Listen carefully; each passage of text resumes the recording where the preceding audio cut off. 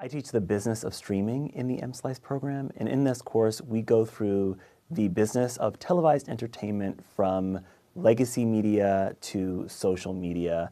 Students will learn how ideas are sold, how they're produced, distributed, financed, get to audiences, and ultimately build careers.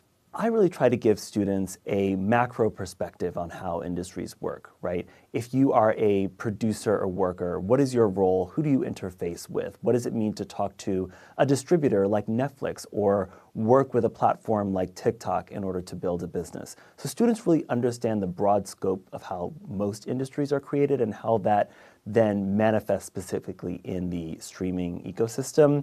I talk about AI every week because it is affecting every single aspect of the business, from development executives using AI to screen scripts, which used to be an entry-level job, to production workers using AI to have efficiencies in terms of how shows are edited, especially with visual effects.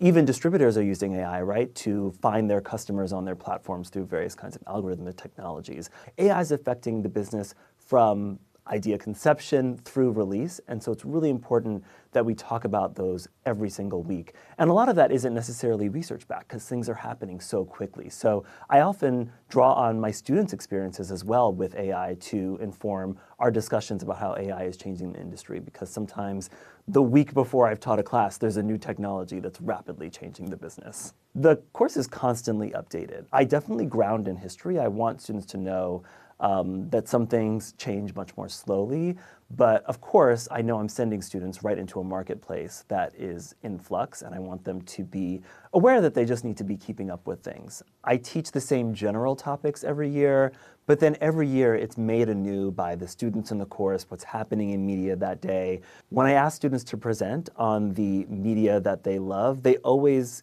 inform me of things that are happening in the media ecosystem that I'm not aware of. New music groups, new TV shows, new TikTok stars. So I'm always learning, and that's really great because I can't follow everything, and so I'm always taking in new information, even as I'm always trying to give out new information.